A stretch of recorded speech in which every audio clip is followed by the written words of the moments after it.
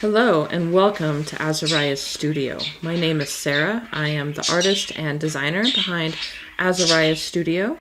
I'm going to show you how to bind off using the traditional method in pattern. So this is a moss stitch piece. So you have purl, knit, purl, knit, purl, and I've only done one row. And the reason I know that is because right below this purl is then knits, and right below this knit is then purls. So I need to bind off with what I see. So I'm going to purl the first stitch because it's a purl. I'm going to knit the second stitch. With the yarn in the back, I'm going to pass the first stitch over the second.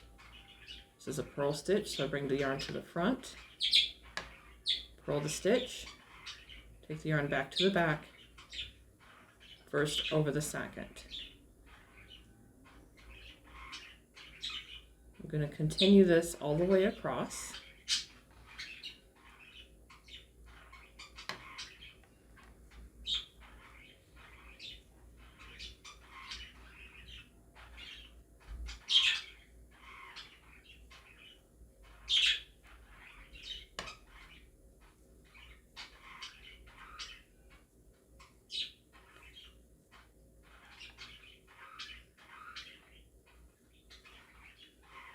Yarn to the front for a purl, purl the stitch.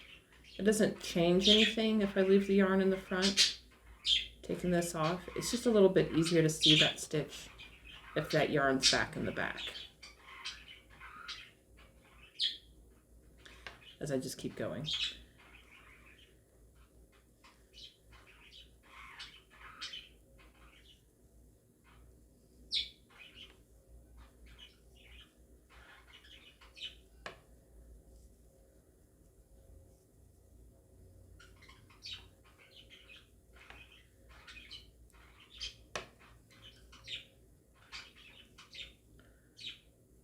You just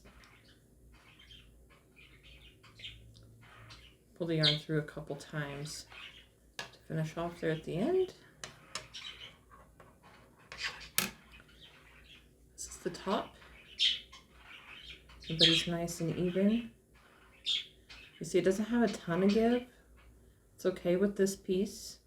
If you find that you're not having enough give here, like it's pulling your work in, and sometimes it will. Sometimes practice can overcome that, but sometimes it's just the stitch pattern itself.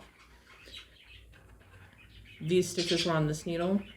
If this needle's bigger, like a size or even 2, it will loosen things up enough that it will have the give that it needs, but it won't be too loose either. It will still look nice.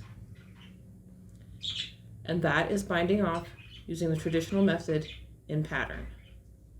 Thank you for watching. If you liked what you saw, be sure to like and subscribe. If you have more questions, you can always email me, Sarah@azariahsfiberarts.com, or drop a comment below. Happy making!